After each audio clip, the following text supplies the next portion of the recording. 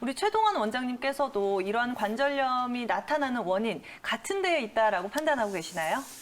예, 큰 흐름에 있어서는 많이 이제 비슷한 얘기가 될 수 있겠는데요. 네. 제가 조금 더 자세하게 풀어보면 어떤 병의 원인이라는 것, 쉽게 해서 관절염의 원인을 봤을 때 관절에 염증이 있습니다. 이거 자체를 또 원인으로 볼 수도 있지만 그런 관절의 염증이 왜 자꾸 반복되는가를 큰 구도에서 원인을 잡아볼 수도 있거든요. 바로 이런 데 한의학의 장점이 있습니다. 그래서 만성적이고 고질적으로 반복되는 관절염, 쉽게 해서 금방 해결되고 얼마 되지 않은 염증들은 뭐 진통소염제를 먹든 뭐 침뜸을 하든 이런 식으로 해결될 수도 있겠지만 자꾸 반복되는 부분에 있어서는 전체적인 원인을 보는 것이 효과적인 경우가 많습니다. 그래서 관절염의 원인을 습이 쌓이는 상황, 이렇게 한번 제가 표현해 봤는데요. 네. 습이 뭐냐면은 자, 저희가 한번 비유를 한번 들어보겠습니다. 네. 비가 많이 오면 어때요? 문지방들이 이렇게 틀어지거든요. 그러니까 습한 상황이 오면 관절들이 자꾸 틀어지는 상황들이 됩니다. 이렇게 비유를 들어봤을 때 마찬가지입니다.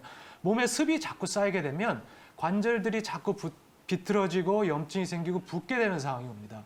그럼 이 습이 왜 잘 발생을 하느냐? 한 3가지로 나눠봤는데 네. 이 중에서 제일 중요한 것은 이제 저는 첫 번째로 얘기를 많이 합니다. 식적이나 담적. 이 식적이나 담적이라는 게 음식 식자에 쌓일 적자를 써가지고 소화 기능의 이상, 쉽게 얘기해서 이제 체기가 많이 쌓이면 식적이나 담적으로 발전을 하게 되는데 자, 손가락 관절염은 손가락 관절염이고 소화 기능 소화기 그러지 않습니다. 분명히 소화 기능에 이상이 생기면 식적이나 담적으로 인해서 손가락 관절염에 염증이라든가 통증 양상으로 발전하는 경우들을 많이 봅니다.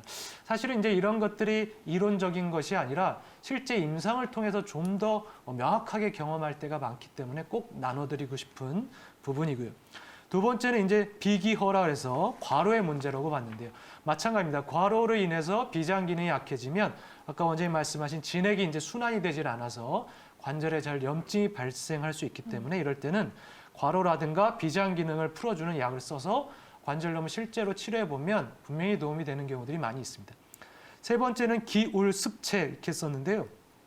울이라는 건 뭐예요? 이게 뭔가 울체됐다, 뭐 우울하다 이 울자로 볼 수 있는데 스트레스로 인해서도 순환이 안 되다 보면 관절의 염증 양상으로 갈 수 있습니다.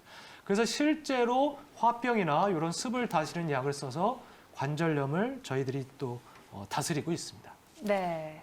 그러면 뭐 습이 쌓이는 상황이 반복돼서 손가락 관절염이 나타났다. 예. 혹은 뭐 그랬을 때는 한방에서는 이런 증상을 딱 정의 내리거나 규정 짓는 이 또 다른 용어가 있을까요? 여러 가지 이제 수지통이라든가 네. 지절통이라든가 많이 있습니다. 근데 이제 오늘 참고적으로 한번 또 나눠볼 만한 것은 마목증이란 그 병명이 있습니다. 이제 동의보감에 마목증이라 나오는데 네. 이 마목이라는 것은 이제 손이 저리면서 감각이 둔해져 간다. 이런 표현입니다. 실제로 이런 환자들이 이제 통증도 동반되지만 통증과 더불어 뻣뻣하고 감각도 좀 둔하면서 저리는 환자들이 많거든요. 근데 이것의 원인을 기허라든가 습담, 어혈로 많이 얘기를 하고 있는데 그 문장을 제가 한번 인용해 보면 열 손가락의 감각이 둔해지는 것은 위장에 습담과 사열이 있기 때문이다. 자, 여기서 재밌는 게 뭐예요? 열 손가락에 감각이 둔해지고 불편해지는 건데 원인을 지금 위장으로 얘기를 하고 있습니다. 네. 그래서 소화 기능이 좋지 않은 분들은 이 손의 질환으로 연결될 수 있는 부분들이 분명히 있기 때문에 그런 부분들을 위장을 잘 평소 식습관을 관리를 한다든가 아니면 위장을 치료해서 만성적인 손가락 관절염 치료에 도움이 되는 경우 또 만성적인 손 저림증 쉽게 얘기해서 이제 디스크리란 저림증까지도 위장 질환을 잘 조절하는 것이 크게 보면 분명히 연관이 있습니다.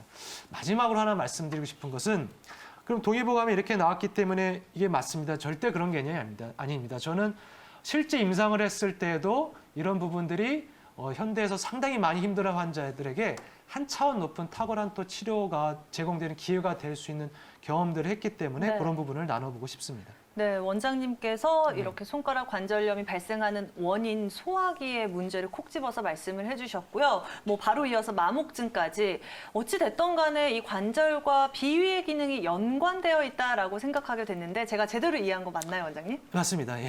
비위가 한의학적으로 아주 중요한 개념인데 네. 그것이 소화 기능을 얘기를 하게 된다고 볼 수 있습니다. 예. 그러면 뭐 다른 사지의 관절이 안 좋아질 수 있는 이 원인에도 이런 장부와 특정지어서 연결시켜서 생각을 해봐도 될까요?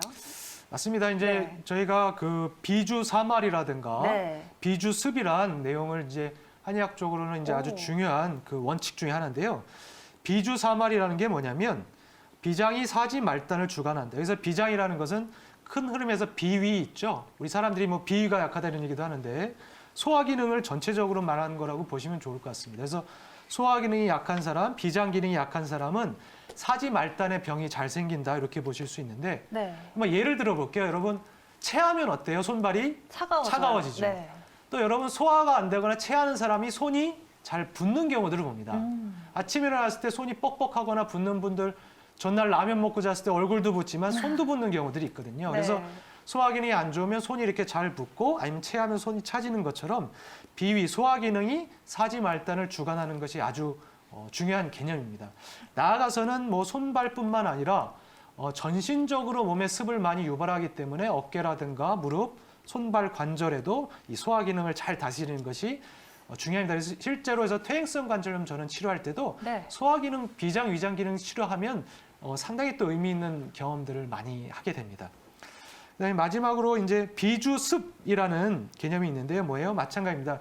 아까 말씀드린 습이 몸에 많아지는 것이 전신적인 관절병들을 일으킨다. 나아가서 뭐 류마티스 관절염이나 퇴행성 관절염도 몸에 습이 많은 것이 좋지 않거든요. 쉽게 얘기해서 비 오면 막 관절들이 쑤시는 분들 많지 않습니까? 네. 이런 분들이 이제 몸에 습이 많은 분들인데 이런 분들 역시도 소화 기능이 나빠지면 습이 더 쌓여서 관절의 문제로 발전할 수 있기 때문에 비주습, 소화 기능을 잘 다스리는 것이 습과 관절병 치료 예방에 아주 중요하다. 이런 부분은 나누고 싶습니다. 예. 네, 비위의 기능과 소화 기능을 개선시키고 잘 다스리면 관절의 문제까지 회복될 수 있다라는 말씀 전해주셨는데요.